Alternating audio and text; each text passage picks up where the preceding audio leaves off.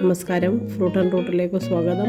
നമ്മളിന്നിവിടെ തയ്യാറാക്കുന്നത് ചക്കക്കുരു പൊടി കൊണ്ടുള്ള ഒരു കേക്കാണ്. അപ്പോൾ അതെങ്ങനെ തയ്യാറാക്കാമെന്ന് നോക്കാം. അതിലേക്ക് ചക്കക്കുരു ബ്ലാഞ്ചിങ് ചെയ്ത് ഉണങ്ങി പൊടിച്ച പൊടി 1/2 കപ്പ് എടുത്തിട്ടുണ്ട്. ചക്ക ഉണങ്ങി പൊടിച്ച പൊടി 1/4 കപ്പ്. പിന്നെ ചക്കപ്പൊടിയും ചക്കക്കുരുപ്പൊടിയും അതിൻ്റെ കൂടെ നമുക്ക് മൈദയോ അരിപ്പൊടിയോ ചേർക്കാം. ഞാനിവിടെ അരിപ്പൊടി 1/2 കപ്പ് അരിപ്പൊടി എടുത്തിട്ടുണ്ട്. അതിലേക്ക് പിന്നെ നമ്മളൊരു 5 ടേബിൾ സ്പൂൺ പാളയംകോടൻ പഴം അടിച്ചത് 5 ടേബിൾ സ്പൂൺ അതിൻ്റെ പൾപ്പ് എടുത്തിട്ടുണ്ട്.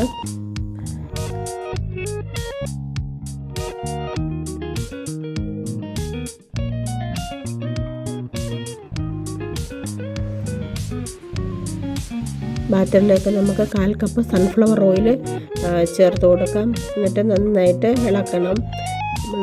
വാനില എസൻസ് ഒരു 1/4 ടീസ്പൂൺ വാനില എസൻസും ചേർക്കാം.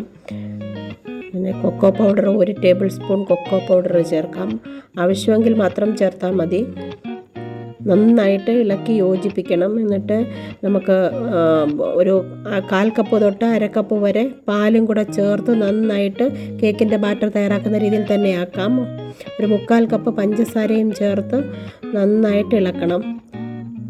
നന്നായിട്ട് ഇളക്കി നല്ല തരിയൊന്നുമില്ലാതെ നന്നായിട്ട് ഇളക്കി യോജിപ്പിച്ചെടുക്കാം.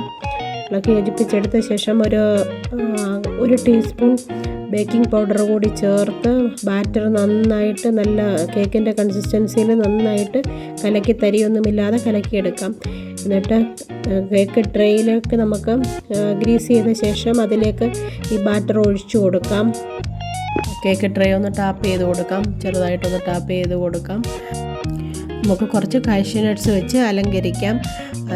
റൈസിൻസ് വേണമെങ്കിലും ഉപയോഗിക്കാം. ഞാൻ കാഷ്യൂ നട്ടാണ് ഉപയോഗിച്ചിരിക്കുന്നത്. എന്നിട്ട് പ്രീഹീറ്റ് 150 ഡിഗ്രി സെൻറ്റിഗ്രേഡിൽ ഓവൻ പ്രീഹീറ്റ് ചെയ്യുക. അതിലൊരു 45 മിനിറ്റ് ബേക്ക് ചെയ്തെടുക്കാം.